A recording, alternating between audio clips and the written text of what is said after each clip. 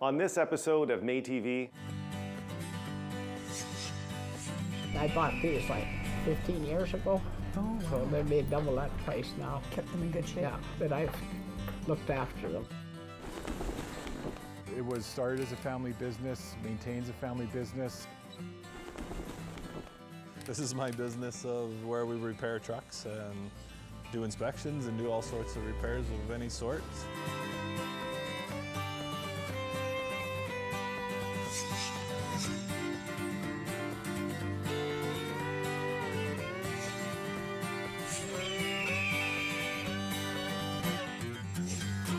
Tanse, hello, and Pitikwe. Welcome to MéTV from our MNBC offices in Surrey. Recently, the MéTV and MNBC teams visited our Region 7, the Peace River region, to interact with and find out about the Métis community there.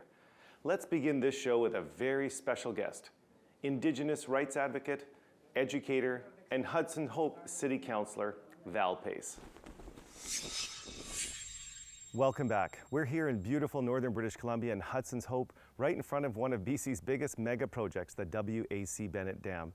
I'm here with Valerie Pace. She is the president of the River of the Peace Métis Society in Hudsons Hope.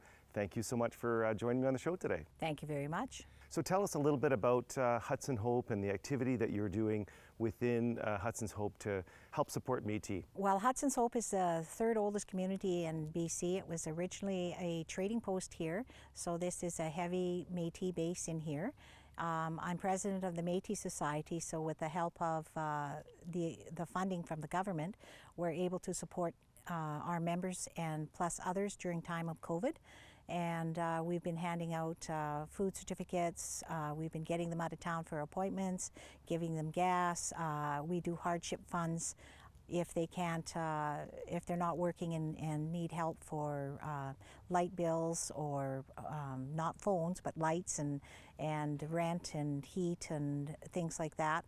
And we go and deliver to the, I personally deliver to the elders that can't get out and make sure they're getting into the doctors and doing things like that. We support families that are going through hardship with young children and they have to fly out to Vancouver. We help with the funding on that. You and I were chatting, and so I couldn't believe how many different roles you play, but you're also on City Council and you're an advocate for trying to get additional housing built, right? So, yes. So tell us a little bit about that as well. Well, being a small community, there's only around 1,100 people here, and there's always a shortfall of housing. So we now have some available lots, which is actually quite rare here in Hudsons Hope, and we're trying to get them sold. We have 17 lots that we were given to from BC Hydro, and we are trying to get funding so we can purchase the lots or get that so we can have members of our community, seniors, whatever, into the housing units. And that would just be a wonderful step in this community because there is a housing shortfall and it's badly needed. So we're pretty isolated. This is the first time I've been to Hudsons Hope. So I just, on the drive up, I couldn't help but think how isolated we are. But yet I've heard that the rent costs in Hudsons Hope is extremely high. What's like a 1 or 2 bedroom go for it in a small community like yours? In a small community here, a 2-bedroom would probably go for around $2,500. But as the housing gets taken up, because there isn't many houses here in Hudsons Hope, the rent is as high as $4,000 in some of the units, but you get a whole house. And it's the industry that drives it up and down, and there's always industry here in Hudsons Hope. Now you were talking about a little bit earlier, you and I were chatting about skills development and skills training, and in this area there's pipelines, there's the hydroelectric dam. You feel the energy literally of all the activity that's happening here. What are you doing as a Métis community, as a Métis chartered community, to help Métis people get ready for those jobs and to be prepared and trained? So I go out to the big companies and the private contractors, and they all have training packages, but they train after they've gone through. My perspective on this is they start training before they know the lines are coming in, so that our people are ready to have jobs and can work on that project right through and perhaps follow them to a next project. And it just makes the community healthier, because then they can put back into it through the gas, the restaurants, the grocery stores, anything that's here in town that can help drive the economy that keeps it going. So the biggest priority, I think, from what we were talking about earlier, was around housing. So is that the number one? Would there be any other big issues that you're facing as a chartered community here in Hudson Hope? No, I think housing would be the number one, and making sure we have enough funding to support the community members that are in here, and helping other communities if we can. If we pool resources, sometimes that works a lot, and just letting them know that we are out here. A lot of people don't ask for help, but because it's such a small community, word of mouth, you can go and say, hey, we're doing this, can I drop this off? And they take it, and it's all good. Now, I can't help but not ask you this question, because we're sitting here and right in front of, right at the WAC Bennett Dam. You were very involved in making sure that Métis were represented at this site, and for those people, our viewers who haven't been here, when you're here at the Visitor Center, you see Métis all built throughout this, and you had a role to play in that. Maybe let our viewers know a little bit about that. I was asked to sit on a committee with BC Hydro, and it was for the Indigenous cultural component. And there was 13 other different nations sitting on it, and we worked together as one common goal, and got the Tourist Information Centre built, and got to put what we want in it. BC Hydro gave us quite a free hand, and it was a great learning experience going through that, and I would do that over again. So where do you see the future going for your community, for Hudson? And where do you see, what's the big picture? I know you've got wearing a few hats with the town council, and also with the head of the local charter committee. Where's the future going? I would like to see more skills and training for our members. I would definitely like to see more housing in here. I would like to see the people have a sense of empowerment for themselves. I would like to see them proud of what they're doing, and passing that on to their children, so their children can start doing and learning and getting involved in things that are happening within the community and their work structure. I would like to see the education component more accessible, and with COVID, at least we can have online training with the COVID here now. Yeah, that's what I would like to see. I would like to see just a healthy community. Well, Val, thank you so much for your amazing hospitality, and for being able to bring me up for the first time in my life up to the WAC Bennett Dam. I've heard so much about it, and it was a beautiful drive up from Fort St. John, and you have put new meaning to God's country, because it really truly is beautiful here. It is. Thank you for coming. Well, thanks so much for being on the show. MNBC recently made a decision that will have far-reaching consequences for Métis students in higher education. Regional Directors Dean Gladue and Paulette Flamand recently met with a student who has benefited from the program. Hi, and why don't you tell me a little bit about your journey and with employment and skills training, and what it's all meant to you? So I recently graduated from Athabasca University with a political science bachelor's degree, and I was accepted to Thompson Rivers University for the Jury Doctor of Law program.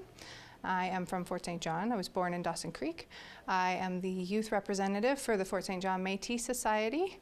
Paulette is my regional director, and yeah. So Bailey, what are some tips that you could give to other students who might be thinking of pursuing their education? Absolutely. So if you're thinking of getting a higher education, do it. There's nothing holding you back. We have opportunities for Métis students to get funding here. You are never too old to go back to school, and your dream is never too big. Also, what's your experience dealing with employment and skills training in MNBC? What is your experience in the past that has really made you to, and realize that the programs are really working? It's been wonderful. I haven't had to worry about my finances while I was in my last year of my degree. The ladies here at the office are wonderful to deal with. The program is simple, and they pay directly to your school. You don't have to worry about any of that.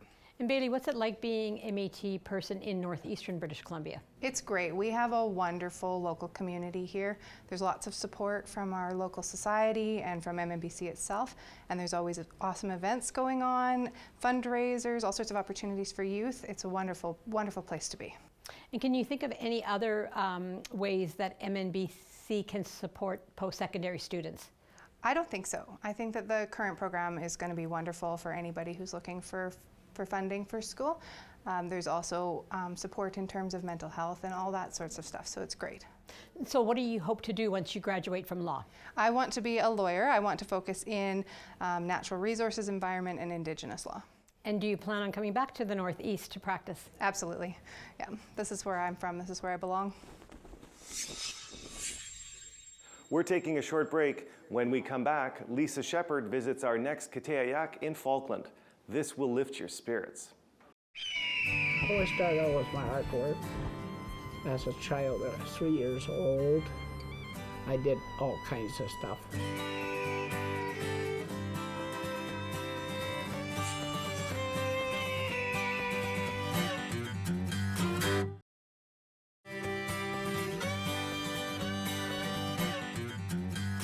Welcome back. Famed artist Lisa Shepherd travels the province of British Columbia showcasing Métis elders, who we call Katayak in Michif, the Métis language. She recently visited another Métis artist in Falkland, BC.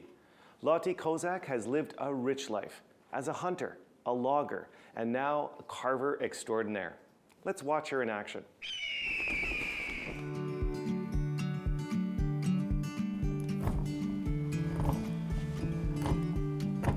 They started to look like a bird. Always started out with my artwork. As a child, I was 3 years old. I did all kinds of stuff. As I went on, as I got older, my hands got stronger. I did more and more. Something that I do at the beginning of each of these is offer tobacco. Oh, yes. Because yes. I really want this to be a good conversation, and so I think this is a really good way to start it off, if you're okay with that. That's okay so with I'll me, let you take I the still tobacco. got cigarettes. That's what they gave me. And I don't smoke, I still got them. Yeah. Thank you. Thank you. My parents never taught you nothing, not even how to speak proper. And if you said anything, you got a swat across the head. It was a tough Tough life, yeah. life that way. And I don't know why they did that. I don't have no idea, but I never seen my parents that much. Yeah. They didn't stay with us. They just left us to do the work. I cut this out on the saw, where before I never did that. I whittle it right from wood. Where now I do this. This is called chip carving. See? You chip carve. You gotta have strong hands to do this. I bought these like 15 years ago. Oh, wow. So they made double that price now. Kept them in good shape. Yeah, but I've looked after them. It's like they get a little shorter every year. But you never sharpen them with any file. You sharpen them this way. And you really gotta press hard. Now, you had started to tell me about when you first started. You were living independently. You were 14, 15 years old. Yes.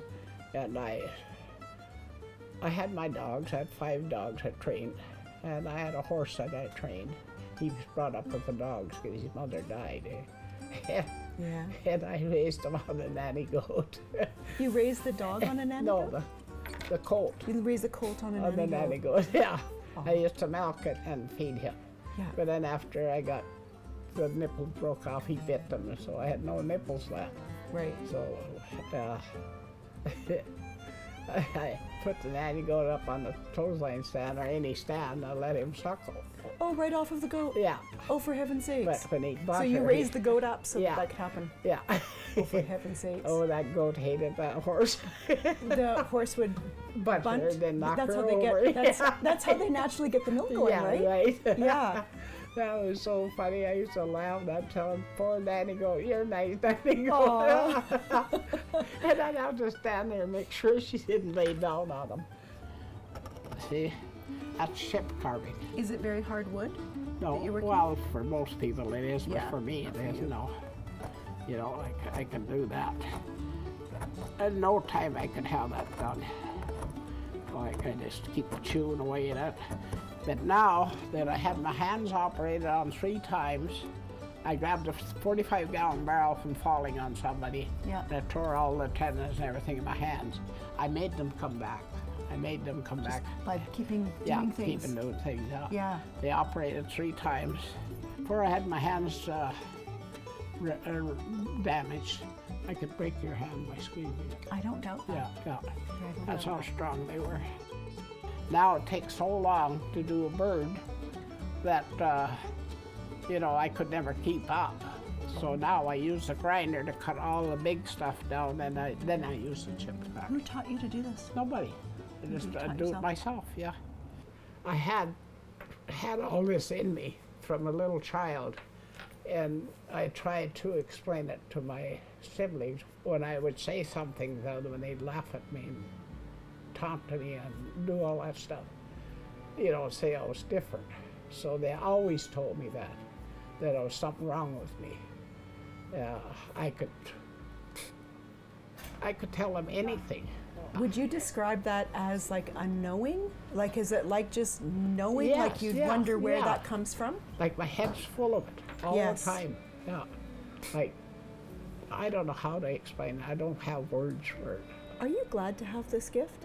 Yes. You are. In lots of ways I am. In lots of ways it was tragedy too. But I get past that.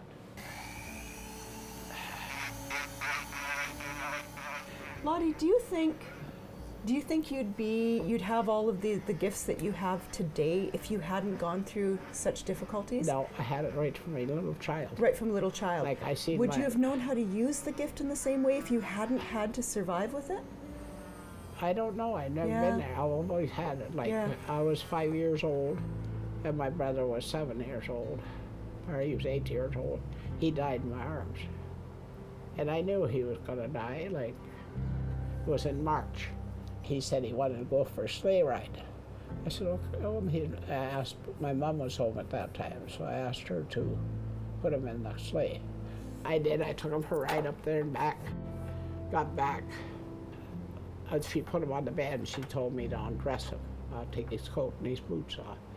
No, he laid over beside my shoulder and he said, don't do that, just leave it on. And I picked his head up. He was pretty weak. I was sitting kind of behind him. Yeah. And he turned his head to me and he said, when I go away, you don't cry for me. He said, we'll always be happy, he said. I said, yes. So I hold him, he died in my arms. Yeah.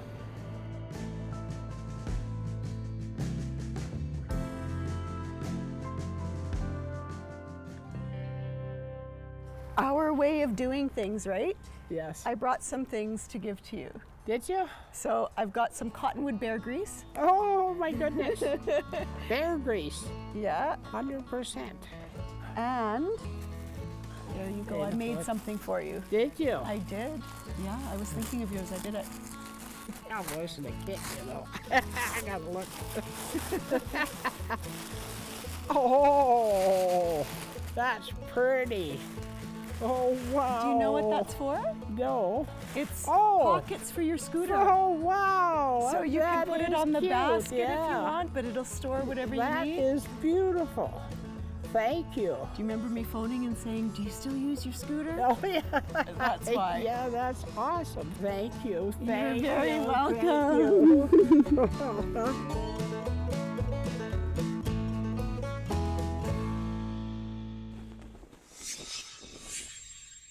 What a rich and resilient life Lottie has lived.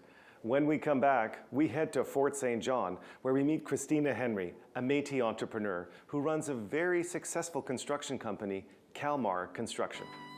My mom's the majority owner. I work in the office estimating project management, and my aunt works as the receptionist.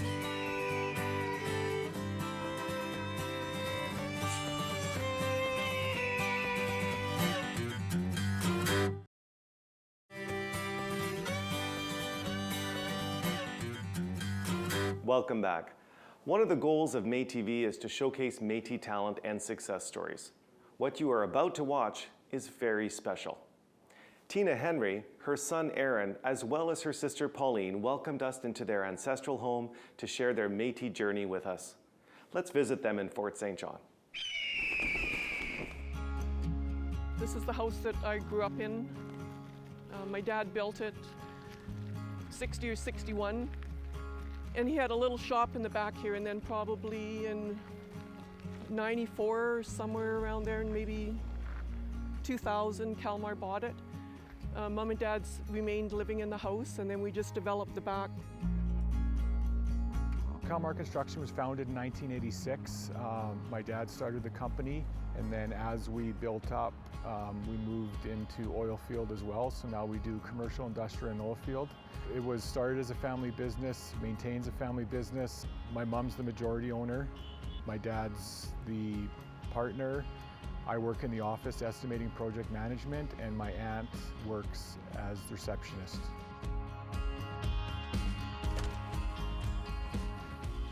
I found the other book of when we were in the Heffley Creek reunion with Grandma and Grandpa. So that picture was taken out at North Pine, I do believe, at their first homestead. Yep, 1958. Yeah. So that's Grandpa. I think that was his mom, wasn't it? His father must have been one of the buffalo hunters at the Labakane settlement. For me, I always knew that we had some Indigenous in us, but I don't know, it didn't really drive anything in me, and now, like I say, I just really like it. I just find it calming and simple and, yeah, just, I don't know, soothing maybe, looking at the art. Dad made that. It's many years ago, and you can see it's kind of fallen apart now, but we put some rebar up in the back to keep it propped up, and we have to get it fixed, but built that in Nipshuk. That's one of the cups that Dad would build. He actually built, I do believe some of these were built out of the caragena trees that are outside in the yard that have been there pretty much since the house has been built. And pepper mills, he built pepper mills and wine glasses.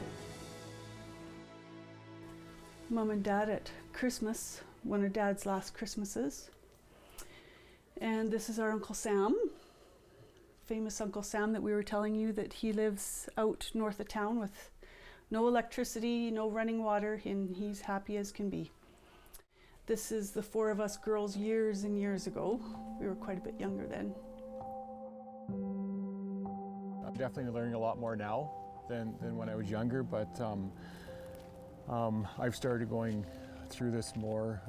I have two sons as well, so just even seeing how they connect with everything and just learning more about our history and where everybody came from, it's pretty amazing.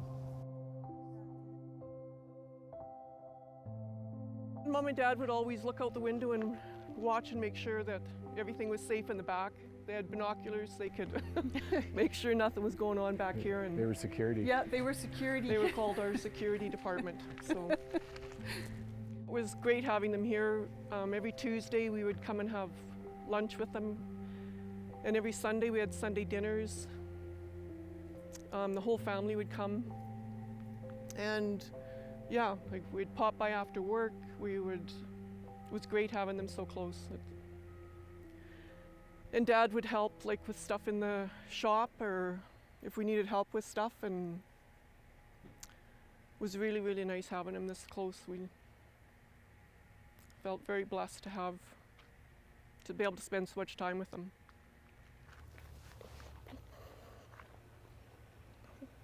I just adored my dad. We lost him in 2016, and all he cared about was his girls. He had 4 daughters, and he was amazing. Anything you wanted to know or anything, he had the answer for everything. To me, was the smartest person I ever met. I don't know, he just taught us, like we would go out fishing and he'd make us some fishing poles from willows. And everything was simple and easy, and just, he was the greatest guy. You loved him if you met him.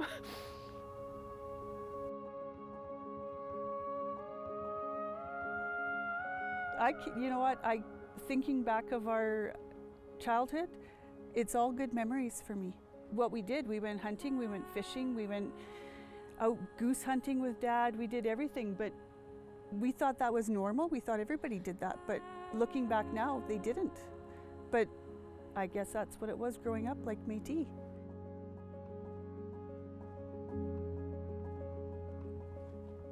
Yeah. And his grandkids, Erin was his favorite. But he his brothers and sisters, he loved them all. His family meant everything to him.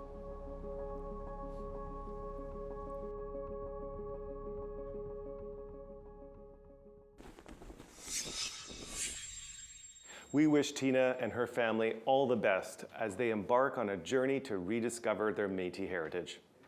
We'll be right back with a chat with Kamloops MLA Peter Milczyn about reconciliation and Indigenous rights. Meanwhile, here is the Michif word for politician.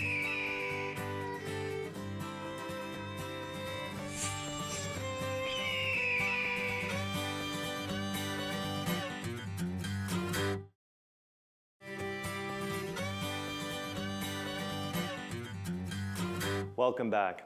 This summer, MéTV visited the Okanagan and talked with a myriad of personalities, some of whom you've already met in previous episodes.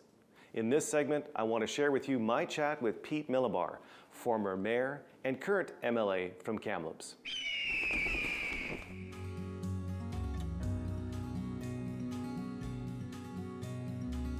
Peter, welcome to MéTV. Really glad to have you here today. Absolutely, and welcome to Kamloops. It's great to have you in town. It's a beautiful city. Always love being able to have the opportunity to be here. And Kamloops is, many would say, the heart of British Columbia. Now, you used to be the mayor in, I believe, 08 to 17. You're now the member of the Legislative Assembly for this community. Tell me a little bit about your political journey.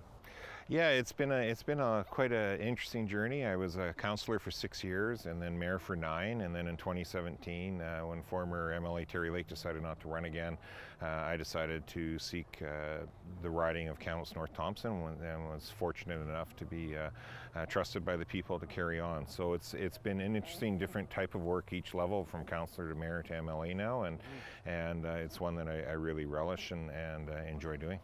Now, you've been appointed as the opposition critic, so you're not in government, you're in opposition in the legislature. So your job is to hold the government to account. Your portfolio is Indigenous relations.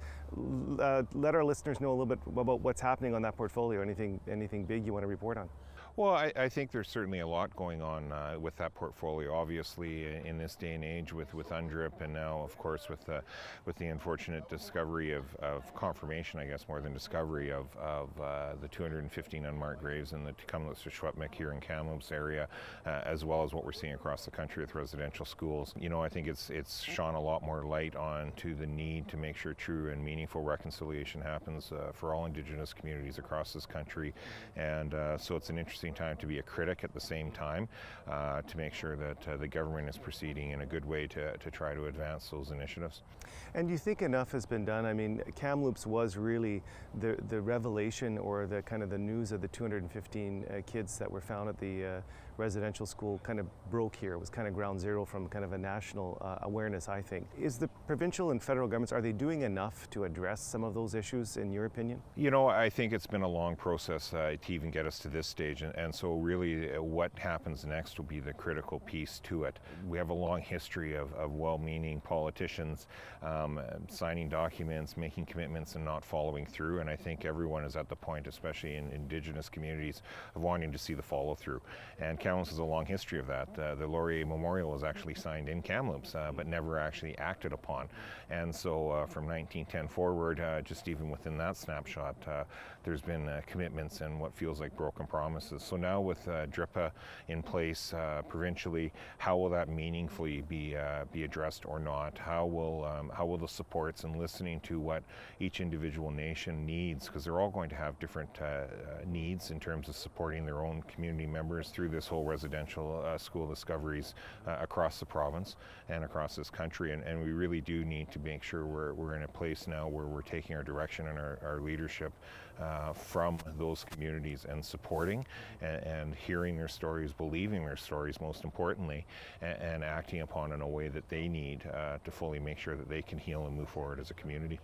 Now, there's a very large Métis population in Kamloops, in the Kamloops area, and we know that many Métis kids also went to residential schools, so it's impacting a lot of the community. Have you had an opportunity yet to talk to both the Métis community and the larger Indigenous community around how they're feeling this summer in terms of the revelations and the impacts to their communities? Not so much in terms of within what you would consider the leadership position. Certainly, Kupke, Kazmir, and myself have been in regular contact, and a few of their councillors with the Tecumloops. But it's been more of those, I guess, personalized individual conversations with the community members that I know. Being a lifetime Kamloops resident, Kamloops is a very integrated community where our Indigenous communities as well as the broader community all interact and recreate together. They go to school together. They play sports together. Our kids are all on teams together. So there's true friendships there that have been in place long before politics ever would come in to go and play, and long after, hopefully, politics as well. Now you, as I indicated earlier, you're in opposition, so you're a kind of government in waiting.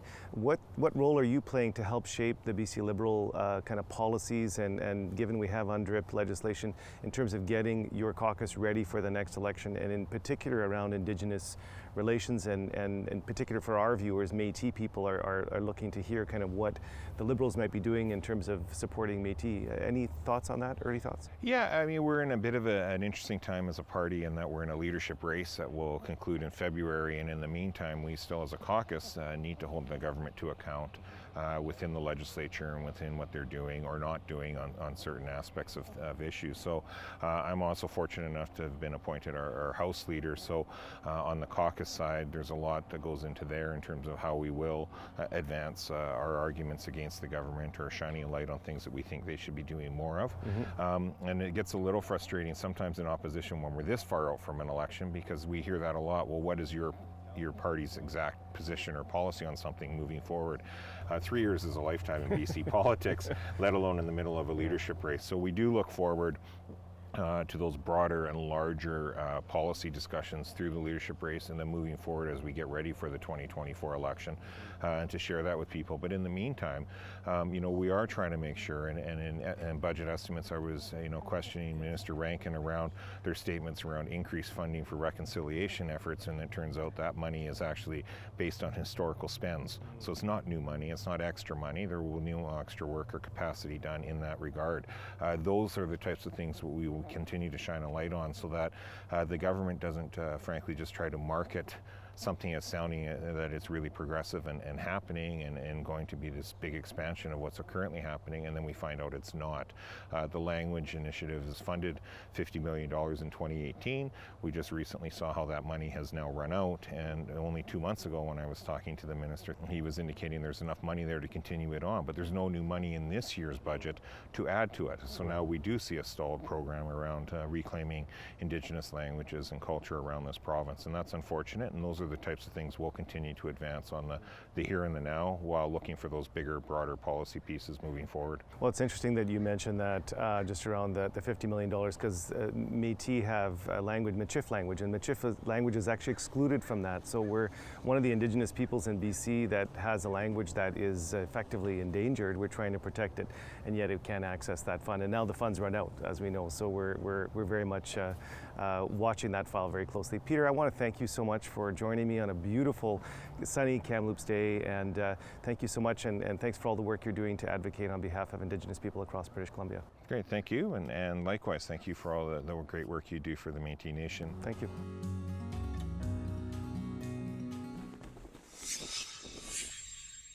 Thankfully, the fires in the Okanagan have subsided since we filmed this segment in late July.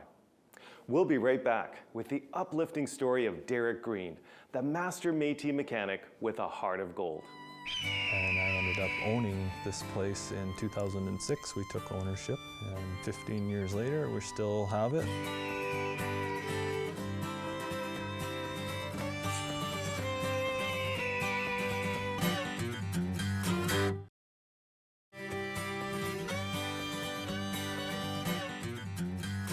Welcome back. This episode is all about Métis success stories. Let's head back to Fort St. John to meet proud Métis Derek Green, who runs Bighorn Spring and Break.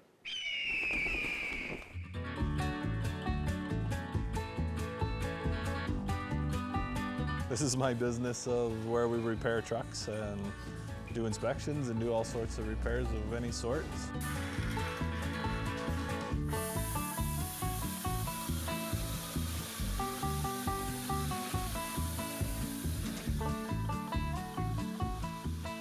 hometown was Meadow Lake, Saskatchewan, so that's where we were born and raised. My parents moved here in early 2000, mid 2000, and my mom is still here. My dad's passed on now, and she still hangs out with us, and it's really nice. He was a very easy boy to raise, always determined to do stuff.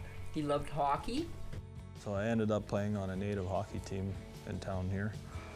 And we ended up in Prince George at quite a few native tournaments, which really brought everything for me together, knowing that I really belonged there and enjoyed it. And that's a place that I got a lot of friends from that. So. Yeah, he was a very enjoyable boy to raise. You ask him to do something, he never argued. He was a good worker. Can you run out there and load those 2 black boxes into that truck? Actually, here's a picture of my dad with, this was his Métis card, and then his mom, that was her stuff here. That was, she had, and I just kept it and put it in the book here.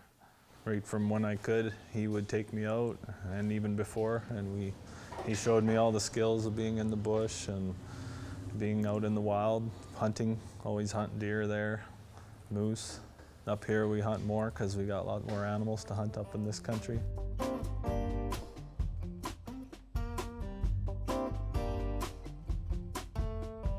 Worked here till 2005, and the gentleman that owned this place at the time was trying to sell it, so I approached him, and I ended up owning this place in 2006. We took ownership, and 15 years later we still have it. I was able to buy the business myself, but with the Métis Society I was able to get a loan to buy our own land and building to run the business. It's been mine for 15 years now and working well.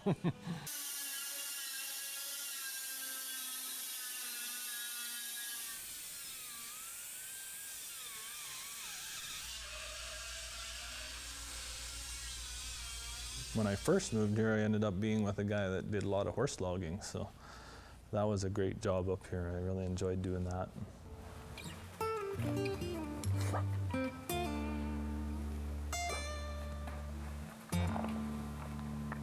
Did that for quite a few years, and then he ended up with a hunting area, so that's where I went with him and did a lot of horse wrangling and guiding and being in the mountains, which is a really great place to be.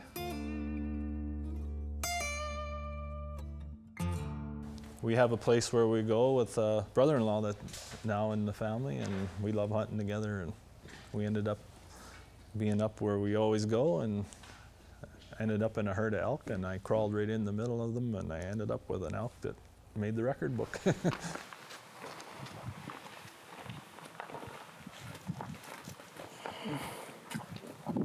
Ducharme was a big side of our family. They went right back to the Louis Riel Rebellion there in Saskatchewan. I remember being there as a child. We went there and did the whole tour, and it was a great time there. I learned a lot from that, and family-wise, and knowing where our heritage really did come from, which was really cool.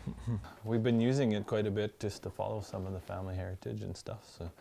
And my sister had it for a while, and she was using it, and she ended up getting herself all done in Saskatchewan to get a Métis card there. We do have plans of getting my children something in the future. And there's just some older pictures of people that, I think this was my dad's grandmother on the Ducharme side. But it all was put through here in groups, so brought this in. I used it to go in and get my card, and it was, they made them pretty easy to get it done with. Got married, have 2 kids, and have our own place, quarter section out of town here in Beldonal, and love being there. It's a great little place to be, and we have horses and lots of animals running around. And I plan to stay here. I enjoy it here a lot, and my wife is originally from here, and her family's all here, so she has no plans of moving away from here. I think we'll just end up being here most of our life.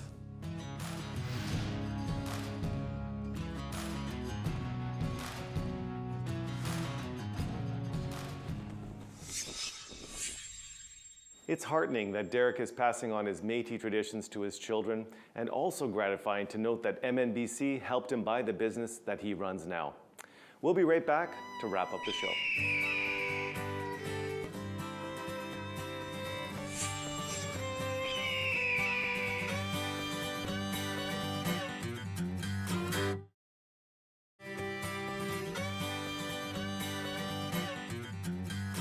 Welcome back. Before we wrap up this episode, Callum talks to some of our MNBC team members, whose faces you will see when you come to visit us.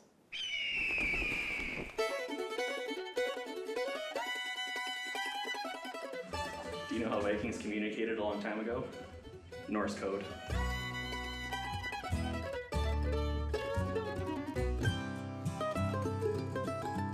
I got another dad joke for you. There's 3 types of people in this world. Those who can count and those who can't.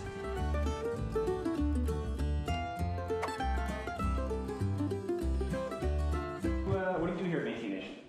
I work in the Ministry of the Youth as a youth program lead. What do you like to do outside of work? I like to bowl, I like to camp excessively. Yeah, that's pretty much it. How long have you been at Métis Nation for? This will be my 5th year, so on September 6th, it's 5 years I've been here. Oh. And who's your favorite coworker? Well, obviously Callum. That's me. And you're going to a deserted island. You can only bring 3 things with you. What would you bring? 3 things? Okay, my rooftop tent. My truck's attached, so that's kind of a twofer. Callum's dad jokes, because I need something to laugh about. And definitely some of the Krispy Kreme donuts. Yeah. All necessities. Thank you for your time. Yeah, thanks so much, guys. Now, what do you get when you boil a funny bone? Laughing stock. And tell us a bit about yourself. Hi, my name is Yvonne, and I work in the Ministry of Housing and Homelessness for Métis Nation BC. I've been here since, I've been at MNBC since 2019 and in housing for the last year. And what's a typical day at work like for you? Extremely busy. There's a lot of activity within our growing ministry, so there's always plenty to do. Spend a lot of time on the phone, on the computer. And if you were on a deserted island, you can only bring 3 objects with you, what would you bring? Cell phone, water, oranges. Oranges. Vitamin C is good. Yes. Yeah. Those are just some of the amazing people here at Métis Nation, British Columbia. Back to you, Daniel. And this wraps the show. Remember, if you want to nominate a Métis person to be featured on this show, get in touch. Also, please note the times and stations MéTV airs across Canada. You can also watch previous episodes on our website. Thank you for your encouraging feedback, and I'll see you next time. Until then, Mina Kawapamitin.